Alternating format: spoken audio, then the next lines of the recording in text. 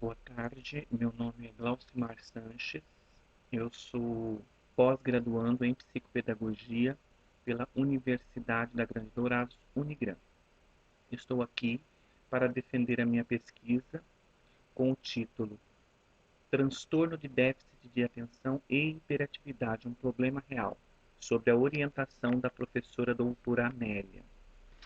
Então, o que me levou a fazer essa pesquisa? Às vezes nós observamos no próprio dia a dia nas escolas aqueles alunos que rotuladamente são chamados de os bagunceiros, os dispersos, os danados, e por falta de própria orientação, de conhecimento dos educadores, vem acontecendo que esses alunos são deixados de lado, são taxados, são rotulados e ficam de lado, à margem da educação, sendo que por eles poderia ser feito alguma coisa muito mais, porque talvez essa criança pode apresentar o TDAH, que é o transtorno de déficit de atenção e hiperatividade.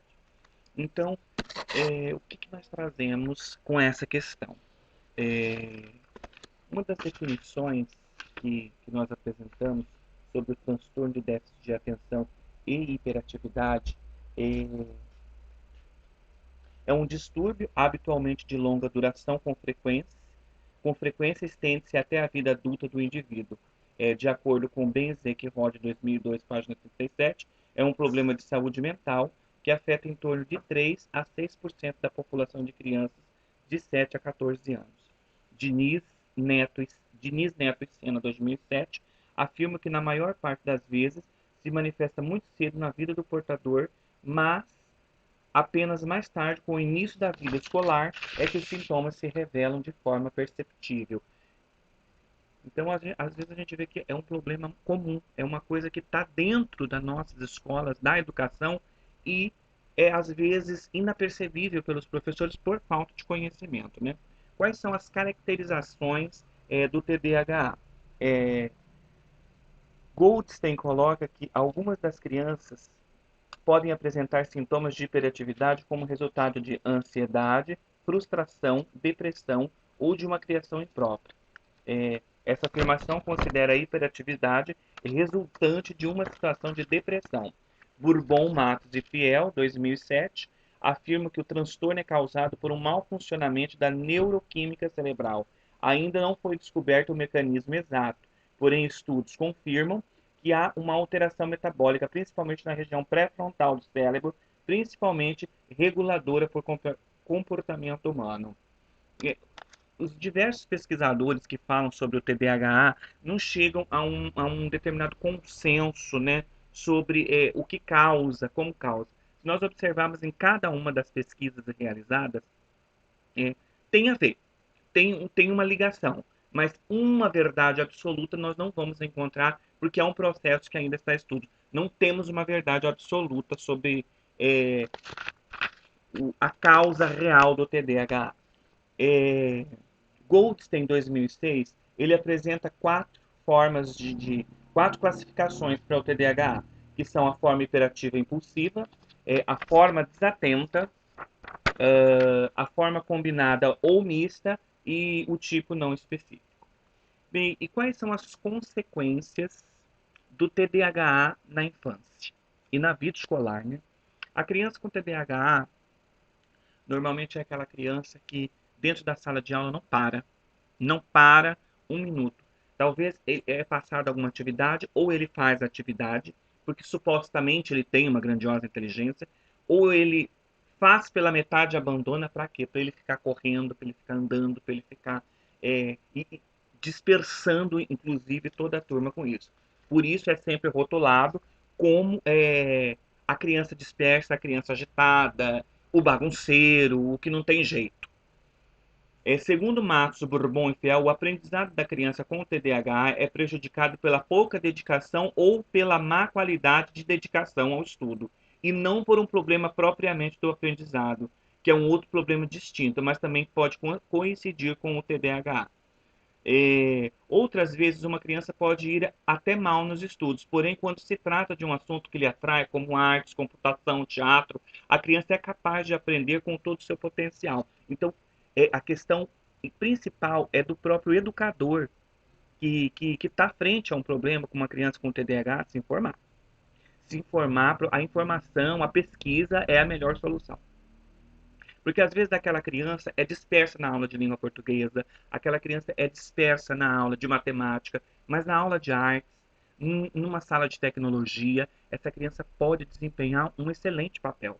Aí basta o professor, é claro, que munido de um grupo, né, de profissionais que vai ajudar, procurar inserir na sua metodologia. Na aula de matemática, vamos lá na sala de computação, vamos desenvolver um projeto na sala de computação, vamos trabalhar com artes dentro da matemática. Isso necessita de estudo. É difícil? É difícil. Mas tem que começar, tem que dar o primeiro passo. Porque é muito mais fácil deixar o aluno de lado, deixar a criança com o TDAH de lado e rotular como bagunceiro e dizer que não tem jeito. É muito mais fácil fazer isso. Então o compromisso tem que estar em primeiro lugar. Então a criança com o TDAH tem, se não tratada, se não diagnosticada, se não cuidada, tem um comprometimento com o seu rendimento escolar assim 100%. É uma criança que precisa estar sendo observada e muitas vezes tendo que ser tratada com medicamento, com uma equipe de profissionais para ajudar. A adolescência, a consequência do TDAH na adolescência. Automaticamente a gente já vê, se lá na infância a criança já teve uma infância conturbada, terá uma adolescência conturbada, onde o risco de envolvimento com drogas, no alcoolismo, são grandes. Então, a pessoa com TDAH não tratada na infância, na adolescência e na sua vida adulta, também vai ter graves consequências. Onde não vamos poder afirmar todas, a lista que o nosso tempo de apresentação é curto, mas não tratado, a consequência na vida desse indivíduo é extrema.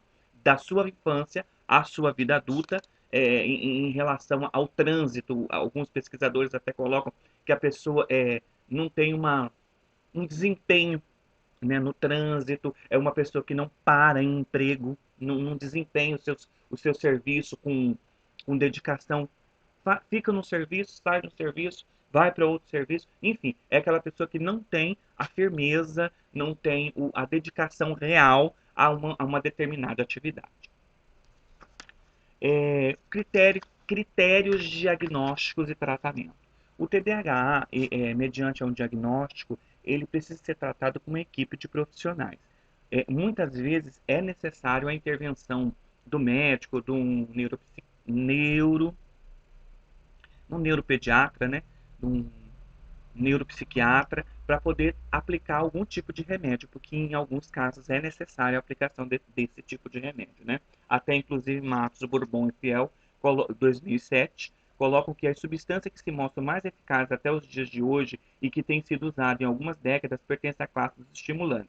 Por isso são chamadas de primeira linha. Existem centenas de estudos mostrando que essas drogas propiciam as pessoas com TDAH, as pessoas que apresentam TDAH, reduzindo os sinais básicos do transtorno, ou seja, dificultando as dificuldades de atenção e hiperatividade e impulsividade. Então, existe casos que tem que ser tratado com drogas, com remédios. Mas o grande diferencial é a equipe que precisa estar trabalhando. O professor, o psicopedagogo, o médico, o psicólogo, tem que ser uma equipe voltada para ser trabalhada com essa criança, dando atenção, dando o respaldo necessário, né, com todos as atividades, com todos os direitos que essa criança tiver para ficar melhor. Então precisa de um grupo de pessoas para auxiliar a pessoa com TDAH. E qual que é a intervenção psicopedagógica? O psicopedagogo, mediante ao diagnóstico que foi comprovado que essa criança tem o TDAH, o psicopedagogo vai trabalhar primeiramente com elo, fazendo elo entre a família, entre a escola e entre a criança com TDAH. Em relação à aprendizagem, ao comprometimento da aprendizagem da criança, o psicopedagogo vai trabalhar de diversas formas. Primeiro vai fazer entrevista com a família, vai fazer o seu processo de investigação, mediante a detectada o TDAH, ele vai fazer os seus encaminhamentos para um psicólogo, para um reforço escolar, para um neuropsiquiatra, um neuropediatra, enfim.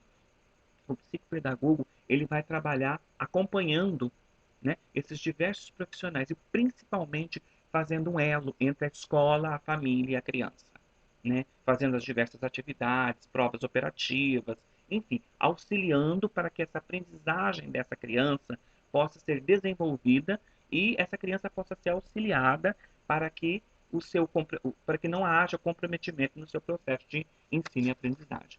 Uma coisa que é muito importante durante a pesquisa que eu pude perceber é a participação da família nessa criança que tem o TDAH. É muito importante a família estar presente, a família dar a devida atenção, a família procurar a escola, ver de que forma ela pode ajudar. Como eu já disse, é muito fácil abandonar, deixar a criança de lado, deixar a criança exposta e não fazer os devidos tratamentos. Então, basta essa união entre a família, entre a escola, entre os profissionais, os diversos profissionais, o psicopedagogo, o psicólogo, o neuropediatra, enfim, todos os profissionais que vão estar ajudando, e principalmente a família. Principalmente a família que está junto para auxiliar. Inclusive, Golds, em 1995, coloca: buscar programas de treinamento para os pais de crianças com TDAH que pode ser encontrados na internet ou curso à distância, pesquisar em livros, revistas, dados a respeito do transtorno de si e de estratégias que podem auxiliar os pais das crianças portadoras da deficiência. E a gente encerra trazendo nossas considerações finais, deixando nesse nosso trabalho que são apenas, na realidade, considerações iniciais, que esse é apenas um início de uma pesquisa que vai ser muito mais aprofundada, muito mais melhorada, mas a nossa contribuição está aqui, que através dos nossos estudos durante o nosso curso de psicopedagogia, podemos perceber que a participação do psicopedagogo é fundamental. E precisamos estar muito atentos nas nossas crianças, nos diversos transtornos e dificuldades de aprendizagem que estão aí nas nossas escolas, lutar contra essa questão do rótulo, de rotular a criança como não sabe, a criança não tem jeito, a criança é burra, a criança é danada. Não. Vamos saber o porquê, vamos procurar nossas investigações. E aqui está uma das nossas contribuições, que é esse nosso trabalho que fizemos dedicando para mostrar que realmente existe o problema e que esse problema precisa ser cuidado. Não só esse, como muitos outros que estão por aí presentes na nossa educação. Essa é a nossa apresentação. Quero agradecer a nossa orientadora, a professora doutora Amélia, e muito obrigado.